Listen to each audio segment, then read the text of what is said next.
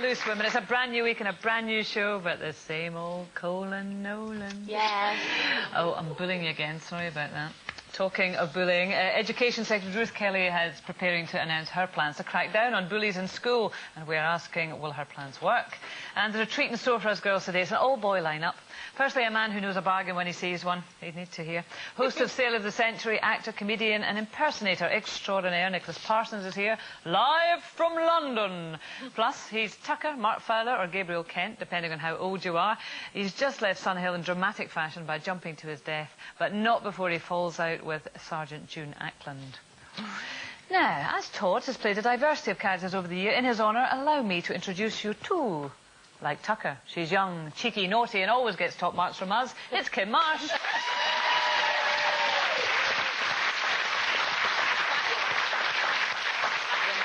And like Mark Fowler, she's down to earth, loves her family and offers a lovely range of melons. It's Colleen Nolan.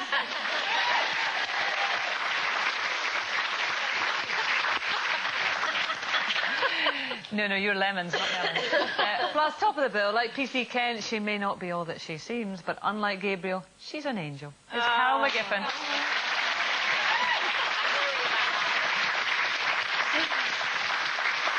And directing all the performances, it's me, Kay Adams.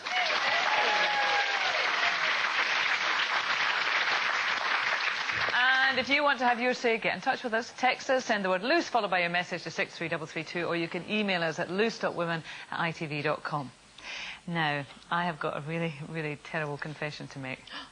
You know, Friday night, I was doing a recording of The Weakest Link. Yes. It hasn't been shown yet.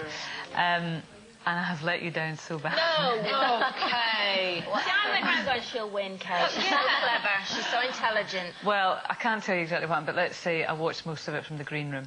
Now, now I know that you won yours, and I feel deeply shamed. I tell you, I phoned my mum afterwards. I told her that I'd been bombed out. She said, I said, no, I have. She went, I said, no, Mum, I have. She said, and so I told her the story, and she said, I'm really very disappointed in you, Kay. But it must have been a really, really difficult question. Well, it wasn't actually. That's the real shame of it. I'm really embarrassed about this. I can't tell you exactly what it was, but basically it involved knowing your left from your right.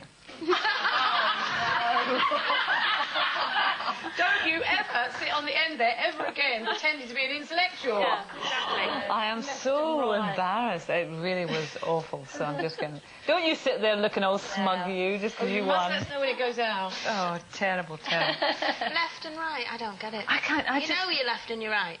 Well, I find it difficult. Does anyone else find it difficult? No. No. All right, then. Smarty pants in the front row. No, I don't. I've got to go like that. Oh, it was difficult. It was difficult. I was stressed. Anyway, Carol, remember last week? It was really emotional. Here's your tissues again, because we reunited you with your long-lost sister. Oh, that's right. Can we just remind the viewers of this emotional moment? There's Carol's long-lost sister. Oh, well, you know, the family reunions go on and on. You'll never get it. Not another one. Our long-lost brothers come out the woodwork. Oh, my God, I can't believe it. He's got the same size of chest as you. You know, that's not because I do actually call my brother a chimp. It's uncanny. Who on earth is going to come out of the woodwork next for Carol? Oh, I can't wait. So funny. So anyway, listen, I didn't have a very good weekend because of that, and you didn't because Kira was not very well. But maybe next week will be better because apparently next weekend is National Dirty Weekend. There are no smart please. Do you washing in that? What? Do you washing in Do you washing?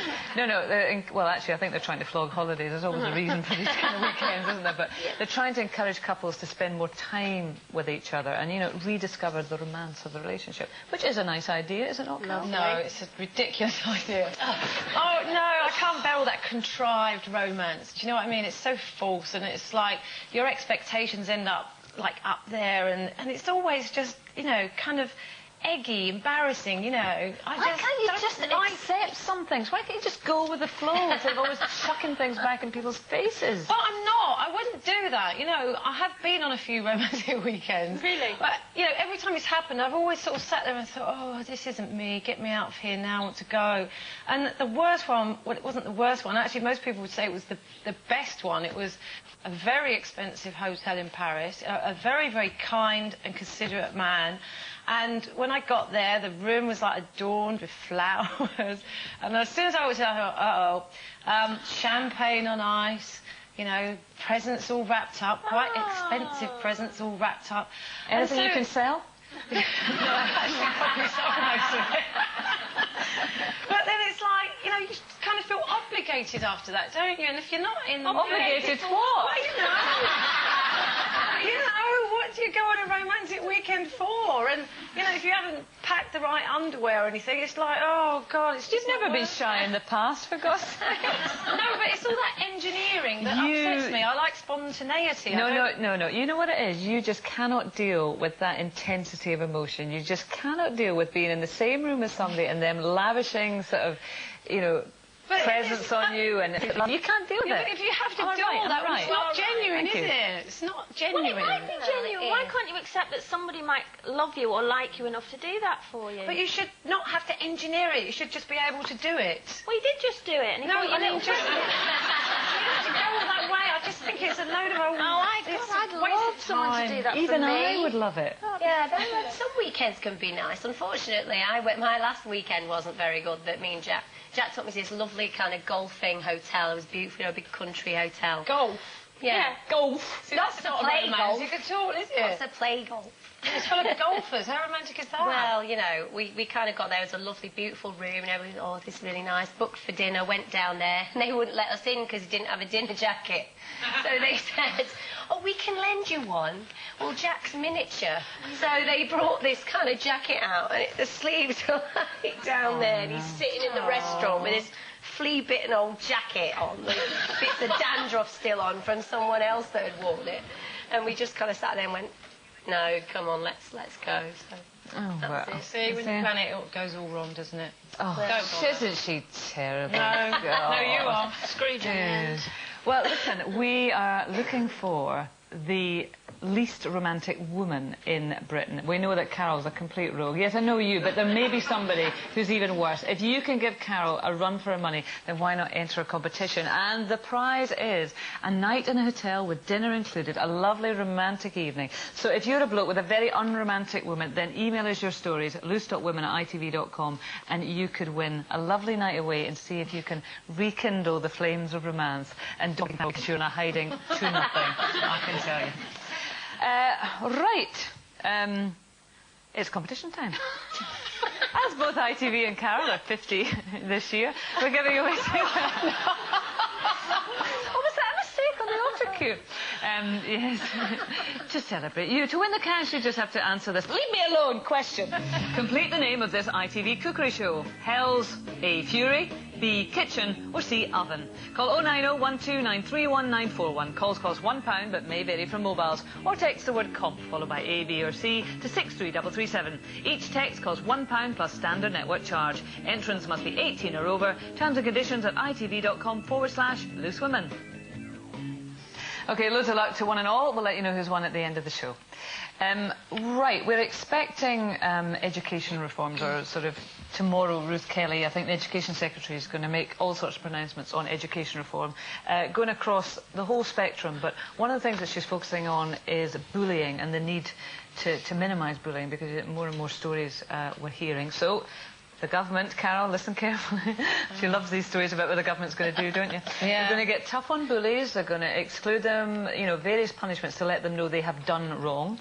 Parenting orders, so that parents can be told to come and get involved in classes and things. If they don't, then they can impose fines up to £1,000. And if there's any violence involved, then the headmaster or headmistress is obligated to report that to the police, and then it becomes obviously a criminal matter. So that's a kind of brief rundown on what they're proposing, with the hope of banishing bullying. I don't know if that's a direct quote, but certainly in the News of the World yesterday we're quoting it that way, that Ruth Kelly was going to banish bullying. Do you think she's going in the right direction, Carol?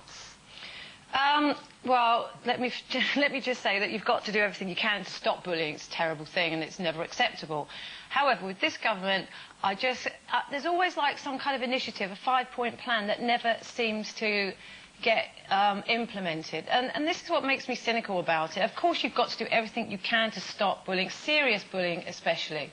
And it's nice to know that they actually care and, you know, they want to do something about kids going out of control. And I don't know if bullying's any worse than it was when I was at school. I don't know, but... Well, I mean, it's something that you feel strongly about, Kim, isn't it? From all sort of... Absolutely. Really, something has got to be done without a doubt. I think it needs nipping in the bud. And I think that anything that they can do that is pushing it in that direction is great as far